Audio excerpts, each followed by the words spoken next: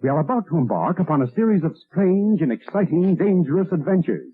Adventures that will lead us to all parts of the world. Hello and welcome to another Bad Comic Review. This time we're looking at Captain America Issue 2. This is from the 2025 series, so that makes this legacy number 773. And it is written by Chip Zdarsky with art by Valerio Schiti, color art by Frank Martin, letters by VC's Joe Caramagna, cover and recap page by Ben Harvey, assistant editor is Sidney Stubbs, edited by Alana Smith, editor-in-chief C.B. Cebulski, graphic designer was Kat Walkington. Cover's pretty good, I like that. It's got a very ominous feel, sense of peril and action. Pretty rare in a Marvel book. This is part 2 of the storyline Our Secret Wars, which is kind of lazy. Now we start off in Afghanistan with the replacement Captain America talking about the victories that he's seen, and he gets a little suspicious of his interpreter, and we juxtapose that with the mission that's going on now to infiltrate Latveria and rescue some people, and we're starting to see that this modern day Captain America is a bit jaded and perhaps a bit brutal. Steve Rogers, however, is still adapting to modern day, and they kind of treat him as if he's from a happy, shiny time and not somebody that was involved in major battles of World War II and did a lot of secret missions and cool stuff like that. So he has probably more combat experience than all of these guys, but they treat him like he's like some doe-eyed newcomer. So they end up meeting up with their contact, who now wants them to help overthrow Doom and liberate the people of Latveria. And they end up in a compromise where Cap's gonna help that guy and fake Cap is going to go after the hostages. Well, as you might predict, things go horribly wrong, but there is a twist ending with Dr. Doom, and that was actually pretty good. Overall, there was a lot of seemingly needless background about this bitter and jaded new Captain America. So Colton strikes me as being a little bit of a John Walker type early on, and I'm not real impressed so far. And of course they have to have Cap saying that he still gets to beat fascists, because buzzwords are necessary in a Marvel book. A lot of the background stuff could have been condensed and really was largely unnecessary, but that's most of the book. The stuff taking place in Latveria is almost an afterthought to the character development of a character that I don't care about. And isn't that interesting? So we're gonna have to see, I guess, how that goes, but so far this is still a pretty tepid book. There is a little bit of action, but there's a whole lot of talking. Blah, blah, blah. Background information. We gotta have him talking to the interpreter for like 2 pages. The Howling Commandos give away candy to the kids. I don't care. None of that needed to be in the book. You need to condense it down. This is not a TV miniseries. This is it's a Marvel book, so it's like 18 pages of a comic. It's got to be a little more fast-paced and action-oriented and condensed. Instead, they're writing for the trade paperback. So if you want to read this, just wait and buy the trade paperback. Don't bother with the floppy comics. And get it at a discount, because this issue is better than the first one, but it's still got a whole lot of needless babble and constant added scenes that didn't need to be there. So I would say I wouldn't pay more than half cover price for this one. $5 is an outrageous amount for what little action and adventure you actually get here. It's just filler world building nonsense that we see all the time in comics, and it's really tiresome. So if you really want to read this, wait for the trade, and then at least it will look like it's supposed to be that drawn out, and you'll probably feel like you're getting your $30 or whatever worth. But I would still say get that trade paperback at half off or better. So I'm not going to recommend this unless you can find it cheap. That's going to do it for this episode. Thank you so much for listening and supporting the channel. If you enjoyed the episode, please hit the like button and don't forget to subscribe so you don't miss future reviews. If you'd like to help the channel out in other ways, links are in the description to various support methods. And as always, we hope to see you on the next one.